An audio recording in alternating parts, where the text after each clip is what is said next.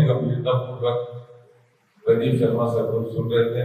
उनसे हम लोगों को आइडियोलॉजिकली और हम क्या है और हमारे जो आचरण और बिहेवियर कैसा रहना चाहिए और किस मिशन के लिए हम तैयार हो रहे हैं, इन सभी विषयों पर आप लोगों ने चीजों को समझा है। अगर मैं एक शॉर्ट ब्रीफ इसको स्टार्ट करने के पहले आप लोगों से कहना चाहता हूँ, देखो मैं भी इस शिविर में जब आया था तो इतना गंभीर नहीं था जितना गंभीर होकर शिविर के बाद निकला।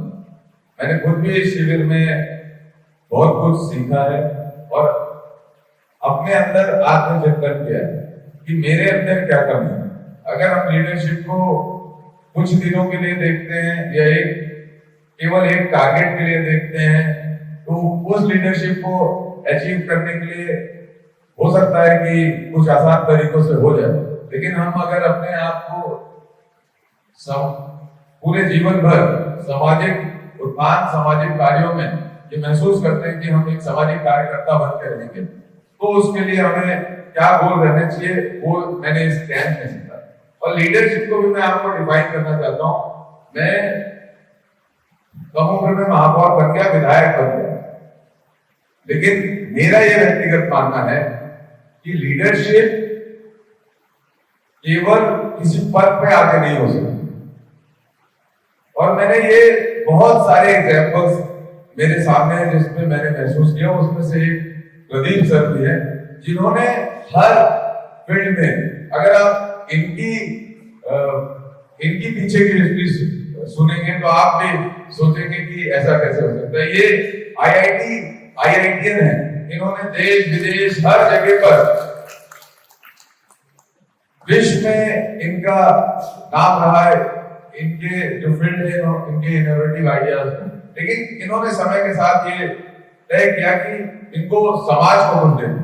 और सर ने आज समाज को बहुत जगह पर बहुत सारी योजनाओं में बहुत सारे कार्यों में हम जैसे हजारों लाखों लोगों को ट्रेन किया, उनको एक दिशा दी, एक जीवन शैली दी। इसलिए ये कार्य जो ये हमारी कार्यशाला है मेरे लिए भी व्यक्तिगत मैं इसको बहुत महत्वपूर्ण रूप से देता हूं। जहां तक हम सबके रोल की बात है तो हम सब सारे ही किसान हैं। जो पहले दिन की हमारी शुरुआत हुई थी बात की कि हम सब किसान हैं, ठीक है, इसमें मैं भी किसान हूं और आप भी किसान हैं, हम लोगों की आपस में दोस्ती। तो लीडरशिप या लीडर की कहीं बात नहीं।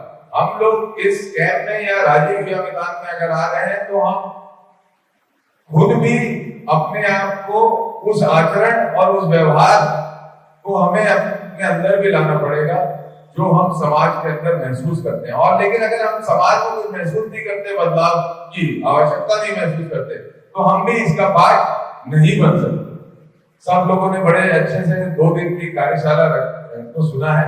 अब मैं इसके राजीव युवा मैदान क्लब, इसके फॉर्मेशन, इसकी गवर्निंग बॉडी और इसके जो प्रोग्रामिंग्स है इसके बारे में मैं आपको एक ब्रीफ देता हूं।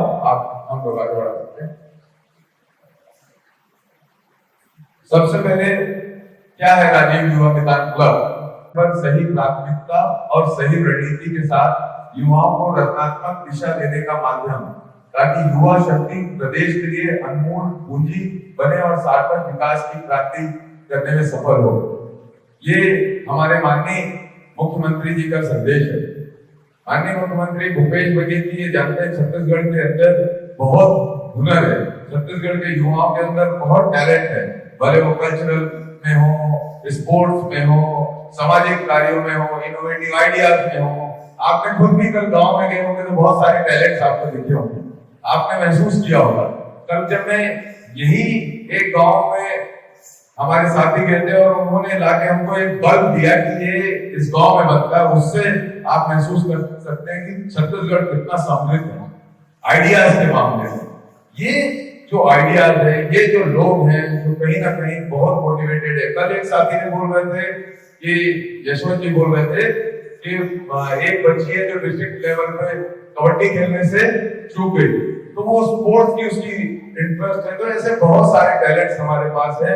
उन सब लोगों को, हुनरमंद लोगों को मंच देने का काम राजीव युवा मैदान क्लब को करना है। वही मंच समन्वय के रूप में आप लोगों को भी देखा जा रहा है। अभी सुनिश्चित नहीं हुआ है, कुछ देखा जा रहा है कि कौन ऐसे सामाजिक कार्यकर्ता हैं जो समाज के दृष्टिकोण के लिए काम कर सकते हैं, उन लोगों को चिन्हित करके बुलाया जा रहा है और जो तब तक के लोहा बनेगा उसको आने वाले समय में जिम्मेदारियां दी जाएगी। क्यों राजीव जी? देश, राजीव जी को हम याद करते हैं तो राजीव जी युवाओं के लिए और नए भारत की जो कल्पना राजीव जी ने की, उसी के कारण आज हम लोग 21वीं सदी में भारत का प्रगति कर पाए। आप याद करेंगे जब कंप्यूटर को उन्होंने प्रपोज किया था, उस समय तत्कालीन जितने भी विपक्ष के लोग थे वो एक होकर कंप्यूटर का विरोध कर रहे थे, लेकिन आज ये देश या पूरा विश्व संचार क्रांति की ओर, संचार क्रांति से चल रहा है। आज हम लोग जब कहीं एक दूसरे से मिलते हैं, बात करते हैं, फोटो लेते हैं, सोशल मीडिया में अपडेट करते हैं या एक दूसरे के संपर्क में रहते हैं, वो संपर्क हम अगर भारत एक संपर्क में इतना आगे है तो वो राजीव जी के कारण है। जिस सोशल मीडिया को बेस बनाता है भारतीय जनता, मतलब दूसरे दल जो ने हमारी आइडियोलॉजी को हैमर किया, उन्होंने हमारी संचार क्रांति का उपयोग हमारे खिलाफ किया, तो हमने लाया संचार क्रांति के वो देखने वाले थे देश के विकास में युवाओं की प्राथमिकता, मताधिकार को 21 से 18 वर्ष करना और आधुनिक भारत के निर्माता के रूप में हम लोग उनको जानते हैं। निदान क्लब की भूमिका हम लोगों के अंदर लीडरशिप डेवलप करने की क्षमता होनी चाहिए, खुद के अंदर खुद को भी समझने की जरूरत है और जो लीडर है उनको एक्सेप्ट करके उनको भी डेवलप करने की हमको जरूरत है। दूसरी, लीडरशिप किस चीज के लिए करनी है? हमको समाज सेवा के लिए करनी है, सामाजिक उत्थान के लिए लीडरशिप करनी है। कौशल विकास, जिनके अंदर टैलेंट है उन लोगों का टैलेंट आगे बढ़े। सांस्कृतिक सहभागिता, हमारा जो ये प्रदेश है सांस्कृतिक रूप से बहुत ही समृद्ध है। छत्तीसगढ़ की संस्कृति को जानना समझना और ऐसे युवाओं को जो संस्कृति से जुड़े हो उनको डेवलप करना, ये हमारी भूमिका है। शासन की योजनाओं में सहभागिता, जैसे हम लोग शासन की जितनी भी योजनाएं, जैसे गोठान के बारे में हमने बात की, हमने गौरव न्याय योजना की बात की, हमने भूमिहीन किसान योजना की बात की। आपने ये महसूस किया होगा, मुझे ये बताइए, जैसे भूमिहीन किसान की बात है, बहुत सारे लोगों ने ये कहा कि लोगों को इसकी जानकारी नहीं, किसने कर कहा था? हाथ उठाइए, आपने कहा। तो आपको ये लगा ना कि अगर राजीव जी अमितान क्लब का एक मेंबर, उस गांव का जो सक्रिय मेंबर शासन की भूमिकाओं को अगर जानता होता, तो भूमिहीन किसान जो आपको कल कह रहे थे कि हमें शासन की योजना का लाभ नहीं मिल पा रहा है, उसको 6,000 रुपए मिलते शासन की तरफ से एक टेस्ट में, 7,000 हो गए। अब जो राहुल जी ने जब 1,000 बढ़ाने बोला था तो माननीय मुख्यमंत्री जी ने उसको 7,000 किया था। तो इस तरीके से हमने खुद महसूस किया जो योजनाएं उसकी जानकारी ना हम पूरी तरह से रख पा रहे हैं, ना हम जनता को दे पा रहे हैं। अगर हम सामाजिक उत्थान करना चाहते हैं तो हम शासन की, हमारी सरकार की योजनाओं को अगर लोगों तक पहुंचा दें, उनको ब्रीफ कर दें, खुद समझ लें, और जो नीडी व्यक्ति है जिसको शासन की योजना का लाभ मिल रहा है, वो मिलना चाहिए, उसको मिल जाए, तो शासन हमारी सरकार भूपेश बघेल जी की जो पॉलिसीज है ऐसी है जो अंत्योदय और सर्वोदय की भावना से बनी। गांधी जी ने ये कहा था कि शासन ऐसा होना चाहिए, राजा ऐसा होना चाहिए कि जब वो कोई पॉलिसी बनाए या कुछ काम करे तो वो अंतिम व्यक्ति को सोचकर बनाए कि इस पॉलिसी से जो अंतिम समाज का व्यक्ति है उसको क्या फर्क पड़ रहा है, तब वो पॉलिसी सक्सेस होगी। ये गांधी जी का कहना है। हुनरमंद युवाओं को प्रोत्साहन, जन जागरूकता, ग्राम स्वराज। देखिए, गांधी जी को जिन्होंने भी पढ़ा है या उनके बारे में जो भी जानते हैं, सुना भी है, तो वो कहते थे हमारा भारत गांव में बनता है। जिस दिन गांव का विकास होगा उस दिन भारत बहुत आगे बढ़ेगा। ये जो गांधी जी की सोच थी, आप देखिए इतने सालों से, उसके बाद आज छत्तीसगढ़ जब से हमारा बना, पिछले 20 सालों से गांव की बात की। भूपेश बघेल जी ने गांव के उत्थान में काम किया, ग्राम स्वराज लाया।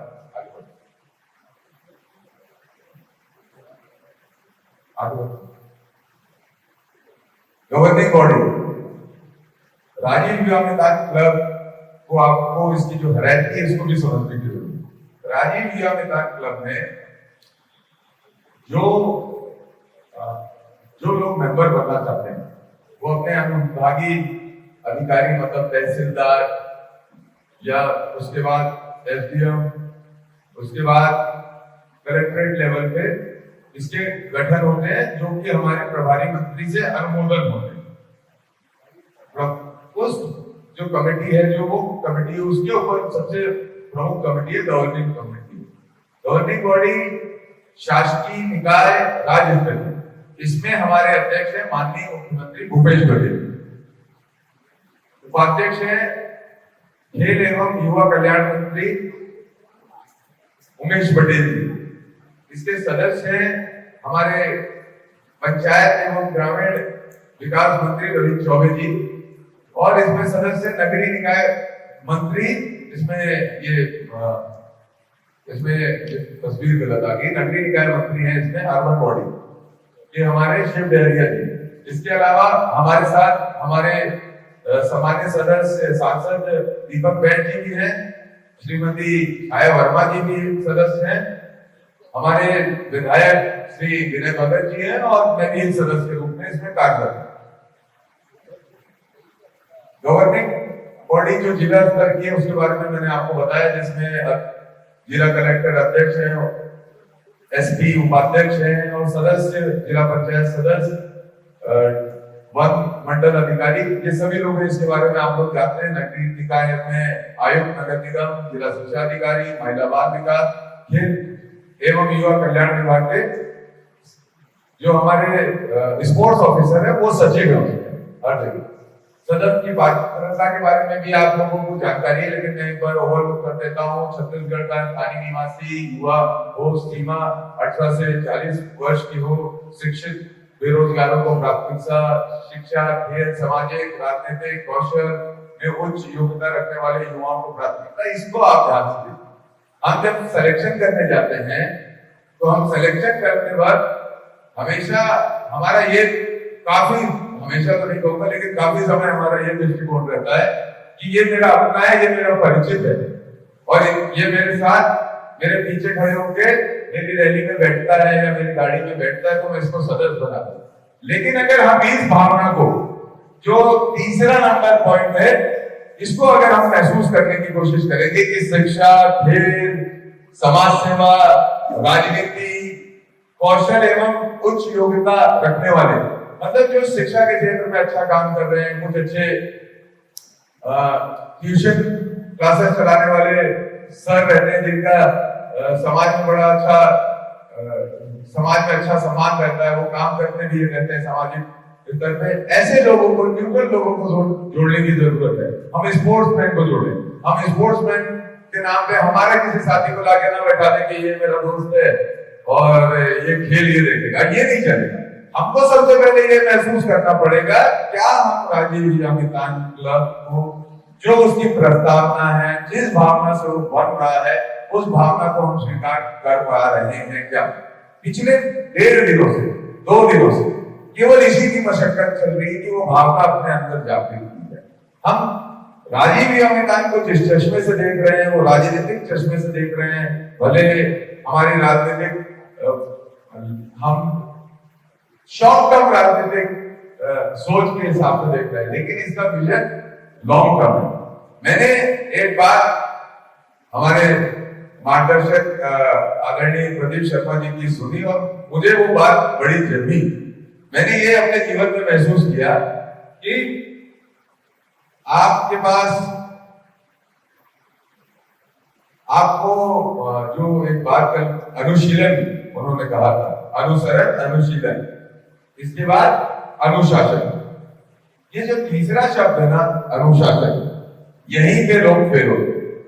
मैं जब राजनीति में आया था, जब मैं राजनीति के शुरुआती दौर में था, उस समय मेरे ही साथ आप लोग भी जानते हैं बहुत सारे सीनियर लीडर्स और भी लोग थे, ठीक है।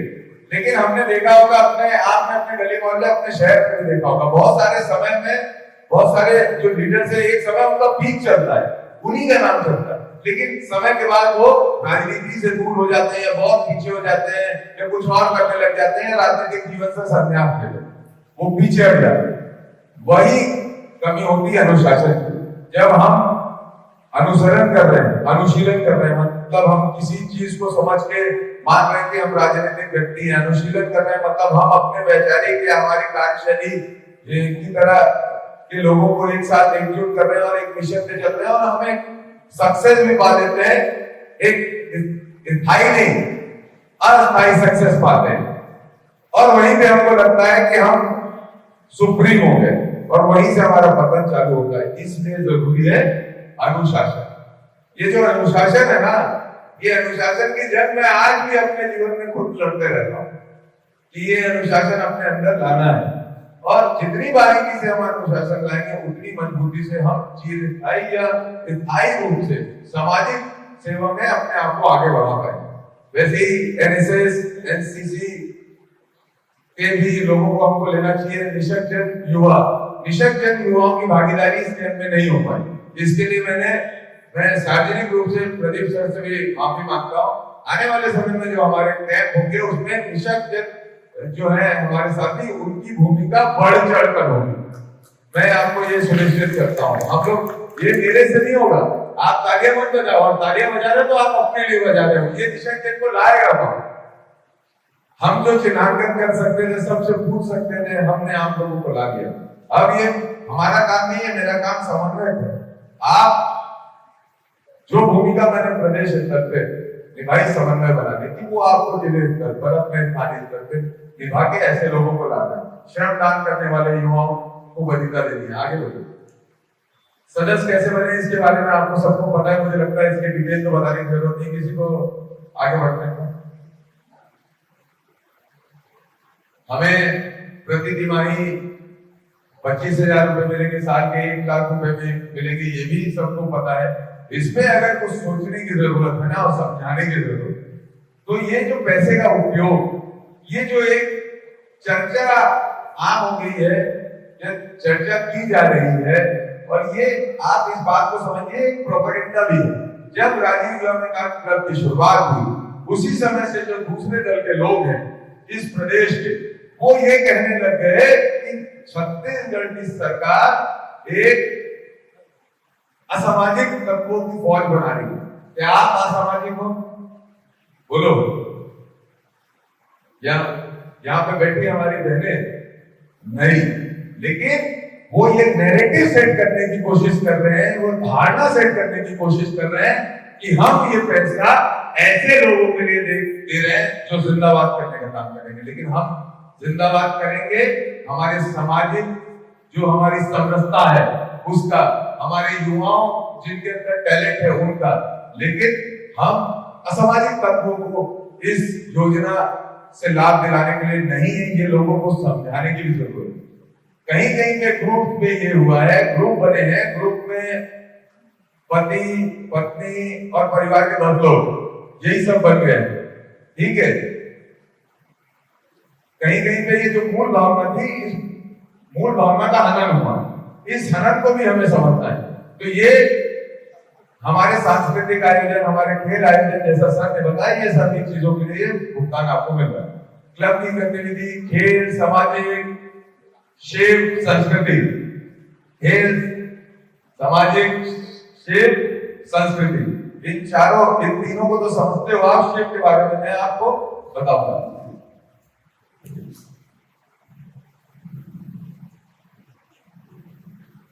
क्लब की गतिविधियों में खेल गतिविधियां, प्रतिस्पर्धा, देश एवं प्रदेश की संस्कृति का संरक्षण एवं समर्थन, पर्यावरण संरक्षण, शिक्षा एवं शारीरिक स्वास्थ्य, योजना प्रबंधन, प्रशासन कौशल, जागरूकता कार्यक्रम, नेतृत्व निर्माण, शासन की योजनाओं में युवाओं की भूमिका एवं प्रचार प्रसार, जो फर्स्ट गाइडलाइन मोरओवर इसका डिटेल है। स्पोर्ट्स एक्टिविटी में जैसे हम लोग बहुत सारे आयोजन कर सकते हैं। आप स्पोर्ट्स एक्टिविटी के आयोजन कर सकते हैं, गांव में वॉलीबॉल टूर्नामेंट करा सकते हैं, आप कबड्डी, जैसा सर ने बताया, कबड्डी आयोजन करवा सकते हैं। जैसे हमारा छत्तीसगढ़ी खेल जो चल रहा है, इसकी आपने देखा इसको कितना आम लोगों ने इसको महसूस किया है।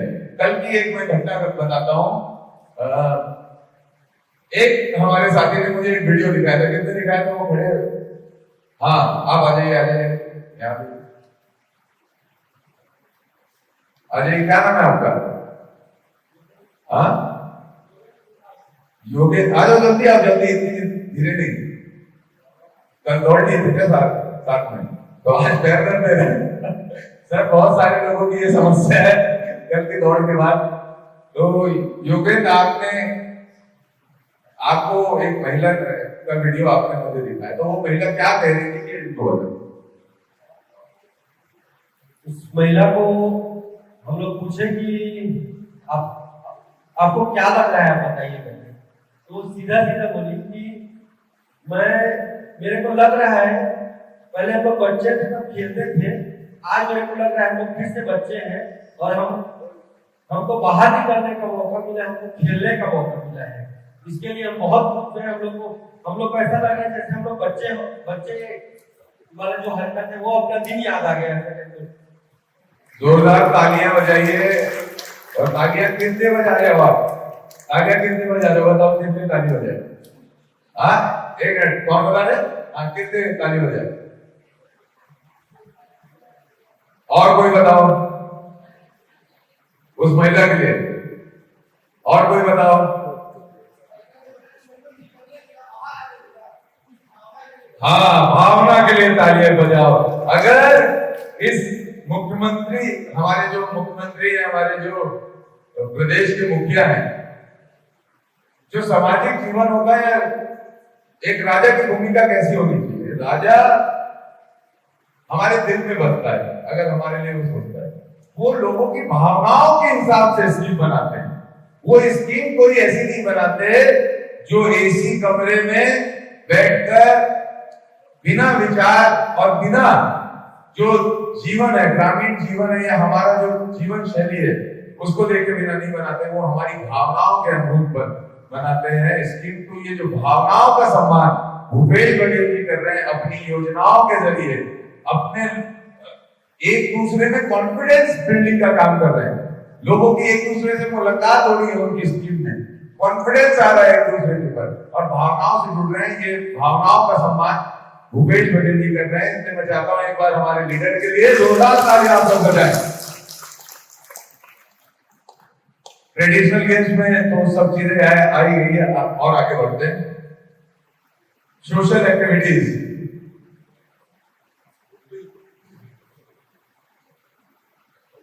इसमें तीसरा पॉइंट है, जो 2 पॉइंट है, developing leadership in civic life, ये नेतृत्व को उभारने की बात है। बिल्डिंग इंटरप्रेन्योरियल स्किल्स, मतलब जिसके अंदर उद्यमी बनने की क्षमता है तो उसको उद्यमी बनाने में आप सहयोग करें। इस बारे में नेक्स्ट सेशन है तो उसमें बहुत डिटेल बोलने की जरूरत नहीं है। Making rural youth digitally literate, ये आपके लिए एक पॉइंट हो सकता है। जब मैं गांव में जाता हूं, मैं जब गांव को अनुभव करता हूं, मैं ये देखता हूं आज हमारे गांव का व्यक्ति अपना समय, जो उसका दैनिक जीवन था, उसको कहीं ना कहीं उसने, जब से ये सोशल मीडिया और डिजिटलाइजेशन हुआ है, तब से उसने अपने दिनचर्या को खराब किया।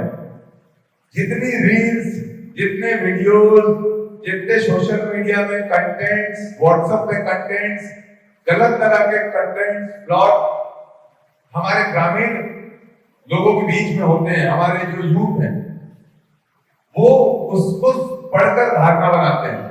एक मेरे जो पीएसओ है, उससे मेरी बात हो रही थी। उसने मुझे बताया आलोक में, बोले भैया हम लोगों के गांव में पहले सुबह 5 बजे सब लोग दौड़ने जाते थे लड़के। ये जब से मोबाइल फोन आ गया है तो रात के 1 बजे तक मोबाइल में देखते रहते हैं हम लोग, और सुबह जो दौड़ने की थी या खेलने की प्रतिस्पर्धा थी वो कम हो गई। जबकि हेल्थ के लिए शहरी लोग अब ज्यादा आगे बढ़ के कोशिश कर रहे हैं। तो ये जो तीसरा पॉइंट है, making rural youth digitally literate, ये इंपॉर्टेंट है। हमारा जो राजीव ग्राम मैदान क्लब का व्यक्ति है वो डिजिटली भी लोगों से कनेक्ट हो और सही कंटेंट और सही दिनचर्या, सही जीवन शैली भी लोगों को बताए सिखाए, ये हमारी भूमिका होनी चाहिए। Our wire members to promote activities around environment conservation, awareness around social issues, schemes of the government, digitally help people access government programs, organize youth dialogues, ये सब पॉइंट्स को हिंदी में भी आपके बीच में सर ने रखा है कि हमको कैसे यूथ को कनेक्ट करना है, कैसे मोटिवेट होना है, मोटिवेट करना है। मैं चाहूंगा इसको अपन आगे बढ़ाते हैं। कल्चरल एक्टिविटीज को भी हम लोग बहुत सारे कल्चरल एक्टिविटीज पे बात करते हैं। जैसे हम लोग गेड़ी रेस जो हरेली में हुआ, आप लोगों ने गेड़ी फुटबॉल देखा है? किसने देखा है? खेला है किसी ने? किसने खेला है? आपने खेला है गेड़ी फुटबॉल? तो आपको अनुभव बताना पड़ेगा अपना। हम लोग एक्चुअली दहीहान बोलते थे पहले हमारे यहाँ, तो दहीहान में हम लोग जाते थे और उसमें फिर गेड़ी का ग्रुप बनाए रहते थे और गेड़ी की ग्रुप्स बना के फिर जैसे फुटबॉल हम लोग सीधे पैर से खेलते हैं ना, तो उसमें हम लोग गेड़ी के ऊपर चढ़ते हैं और गेड़ी का रेस भी होता है, तो वैसे फिर उसमें हम लोग फुटबॉल खेलते हैं और उसको प्रयास करते हैं कि अधिक से अधिक जितनी ज्यादा गोल कर सके। तालियां बजाओ। मैंने ट्राई किया था, मैंने नहीं खेल पाया गेड़ी फुटबॉल। मैंने गेड़ी फुटबॉल खेलते हुए देखा है। किसको देखा है? आप लोगों ने देखा है किसी को गेड़ी फुटबॉल खेलते हुए? भूपेश भैया को देखा है आपने गेड़ी फुटबॉल खेलते हुए? बताओ किसने किसने देखा? आप बताओ। आप लोग बहुत नहीं फॉलो करते थे अपने लीडर को। फॉलो करो, अपने आप इंस्पिरेशन मिल जाएगी। जीवन शैली, योग्यता, कहां पे किस दृष्टिकोण से आपको देखना है चीजों को, ये अगर आपको किसी से जानना है ना, किसी से समझना है, तो आप भूपेश बघेल जी को आप देखो, उनके जो भाषण है उनको सुनो, उनकी बातों के दूरगामी अर्थ को समझने की कोशिश करो। आप सब सीखो। मड़ई एक अच्छा था। हम लोगों को मुझे लगता है कि मड़ई मेला पे ध्यान देना चाहिए। मड़ई मेला में अगर राजीव युवा विकास क्लब का जो हमारा गांव का मेंबर है या हमारा क्लब है, वो एक्टिव रहेगा, वो कुछ ना कुछ एक्टिविटी करेगा या वो मड़ई मेला कंडक्ट कराएगा, राजीव युवा विकास क्लब मड़ई मेला, और उसमें कुछ इनोवेटिव करेगा। मड़ई मेला में हम क्या देखते हैं? हम देखते हैं कि मेला भी लगा हुआ है, खाने पीने की चीजें भी बिक रही है, स्टॉल भी है, लेकिन जब हमारा राजीव युवा विकास क्लब का लीडर मड़ई मेला करेगा तो वो उसमें कुछ इनोवेटिव आइडियाज भी ला सकता है, कुछ ऐसे प्लान भी ला सकता है जो यूथ के लिए कनेक्टेड है, जो ऐसे लोग हैं जिनके अंदर कुछ पोटेंशियल है, क्षमता है, उनके लिए मंच दे सकता है कि हमारे गांव के पूरे लोग जो सब जैसे सांस्कृतिक कार्यक्रम गांव के लोगों को इनवाइट करके करा दिया, उसमें जो सबसे अच्छा डांसर होगा उसको मंच मिलेगा पूरे गांव के सामने अपने प्रदर्शन को दिखाने के, ताकि वो मोटिवेट हो। इस तरीके से मड़ई मेला पे हमको फोकस करना चाहिए। शिव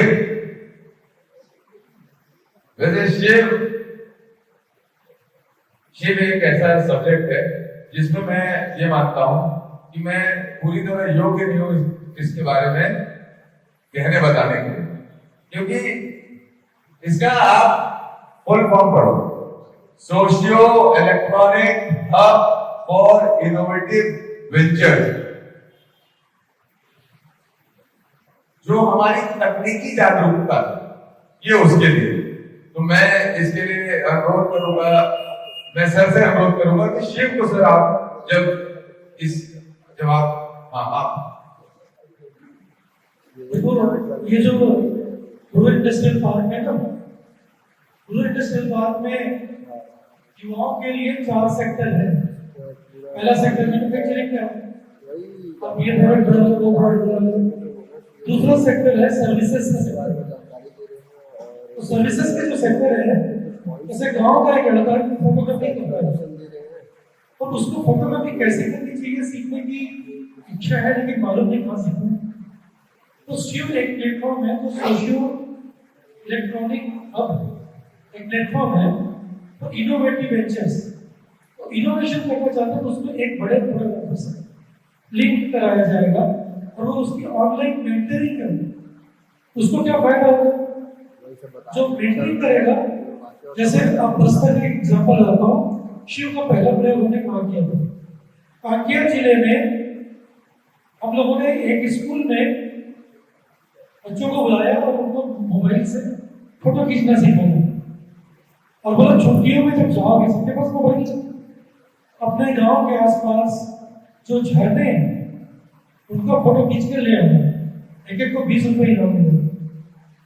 पहली बार कांकेर के इलाके में 1 महीने की छुट्टी के बाद जब वो बच्चे लौटे तो उन्होंने 28 अनआइडेंटिफाइड झरनों के जलप्रपातों के फोटो खींचे और लाके दिए।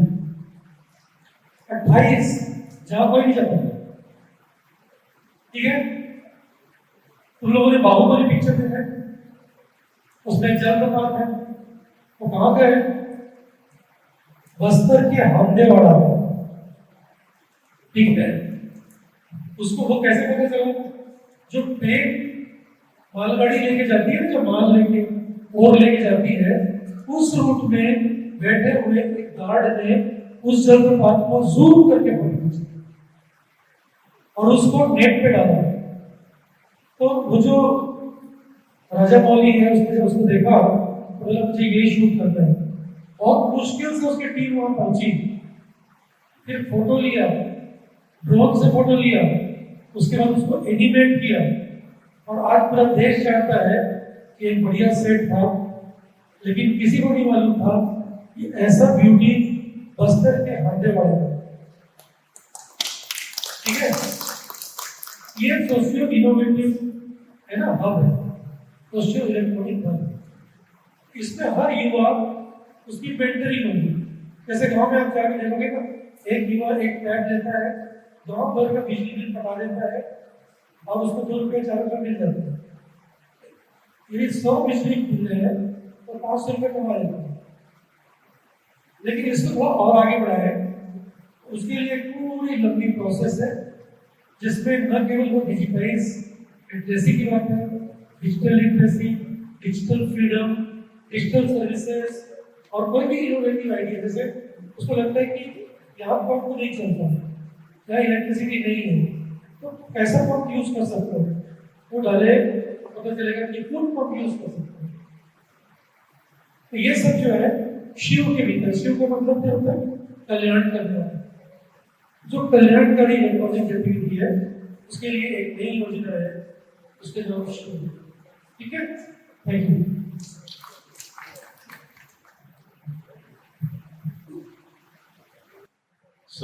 आप लोग समझ गए होंगे शिव के अर्थ को और किस तरीके से हम लोगों को इस फील्ड में जो हमारे टैलेंटेड यूथ हैं उनको कनेक्ट करना है और उनको मंच देना है।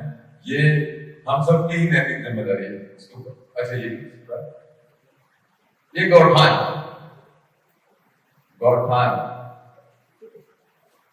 सब लोग गए गौठान।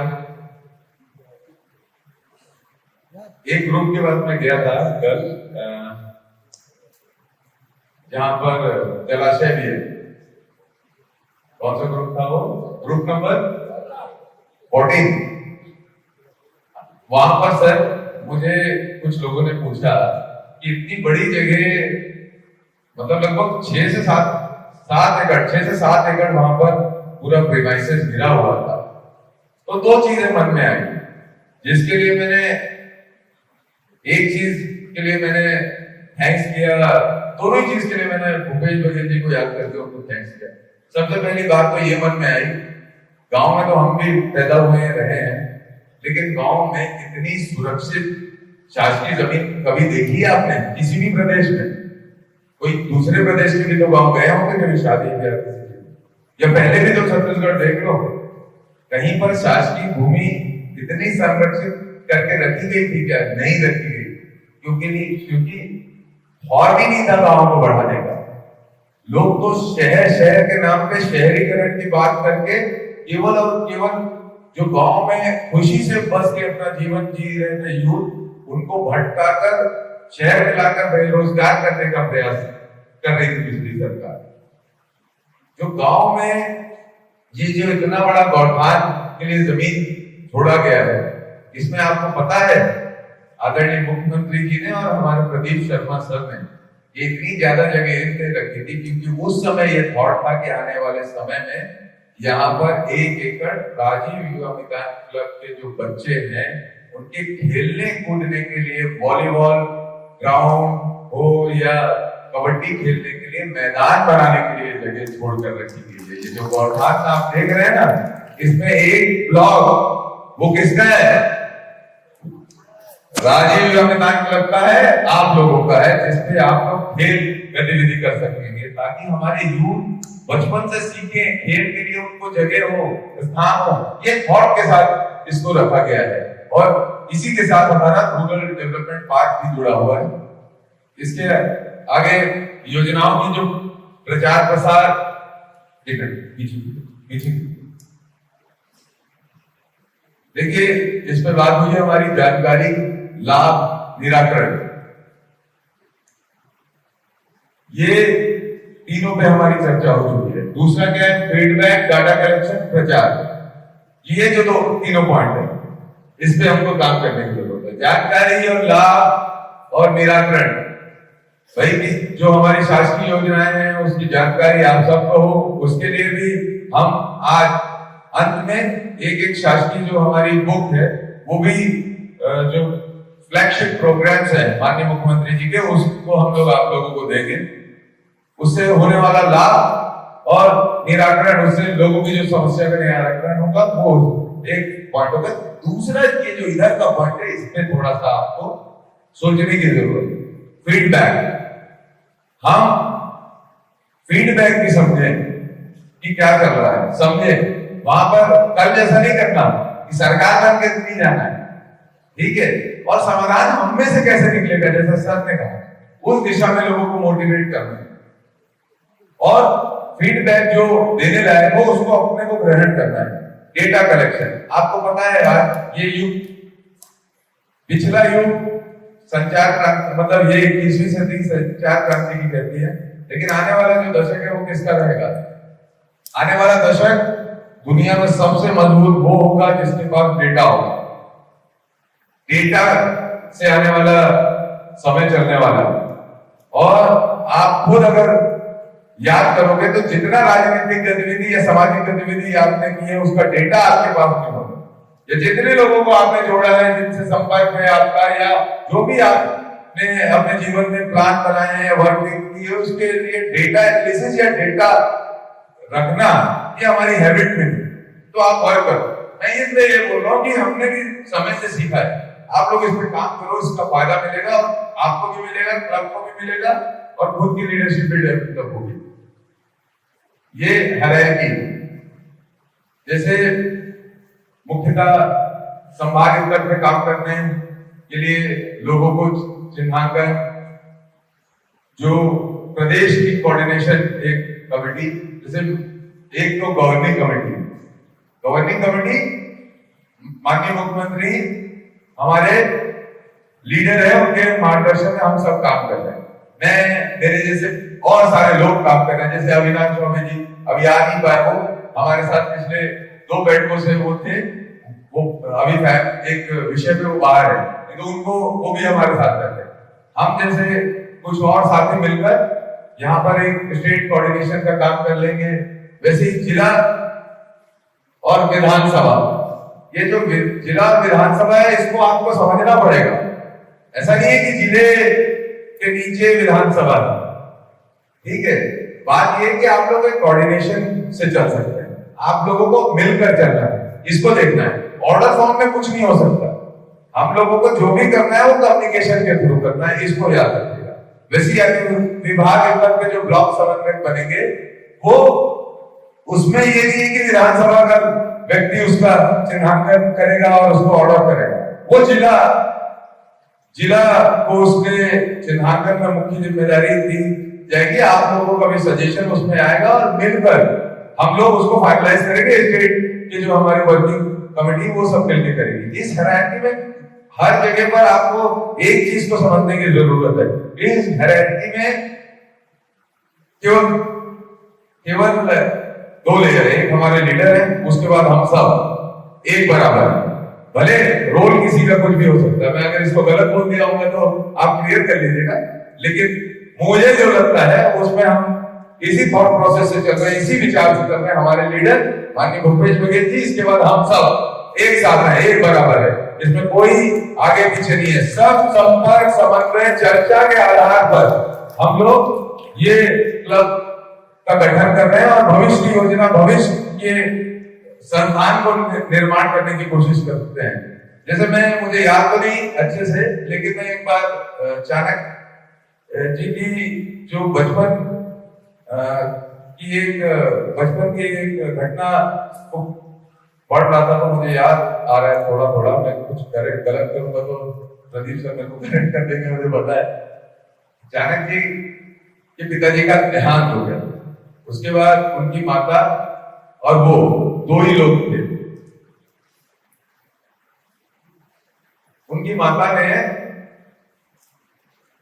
दो लोग थे और कोई था नहीं, और उनकी माता चाहती थी कि मेरा बेटा भविष्य में देश निर्माण में काम करे।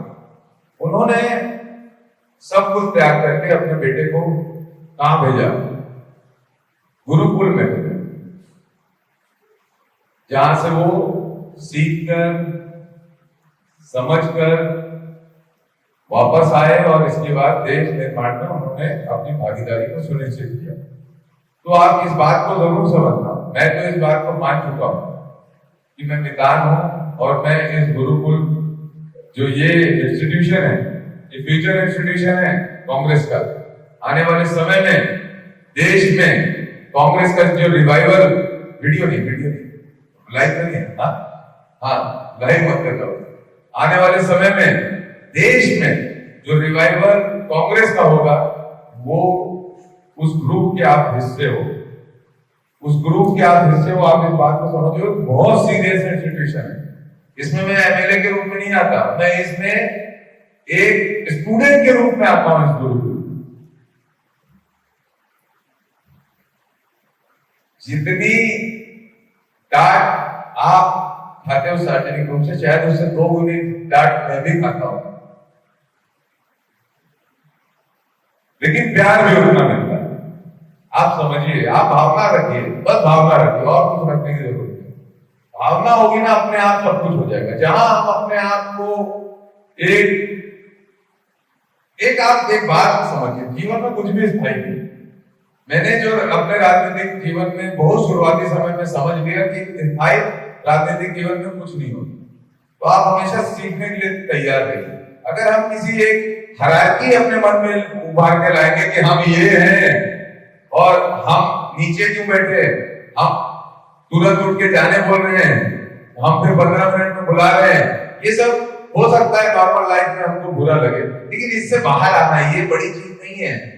सीखो, सीखने के लिए आना है, और ये गुरुकुल है, ये इंस्टीट्यूशन है, और हम लोग बहुत भाग्यशाली हैं कि ऐसे हमें मार्गदर्शक मिले प्रदीप शर्मा जी के जैसे, जिनको पूरे विश्व का, पूरे देश का, एक गांव का, और आप किसी भी विषय पे बात कर लीजिए, मुझे नहीं लगता कि आपको, भले वो धर्म की बात हो, राजनीतिक मंच की बात हो, या इनोवेटिव आइडियाज की बात हो, या साइंस की बात हो, हर विषय में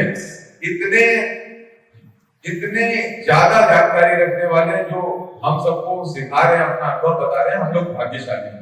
तो आप इस कार्यशाला को ये सोच के जाना कि आप उन हजारों लोग में से चिन्हित किए हुए, कुछ मेरे संपर्क के कारण, कुछ स्थानीय स्तर पे लीडर्स के रिकमेंडेशन से, कुछ किसी और संपर्क के कारण यहां तक पहुंचे हैं, लेकिन इस जगह पर वही स्थायी रहेगा जो सीखना चाहेगा और इस जगह की ग्रेविटी को समझेगा।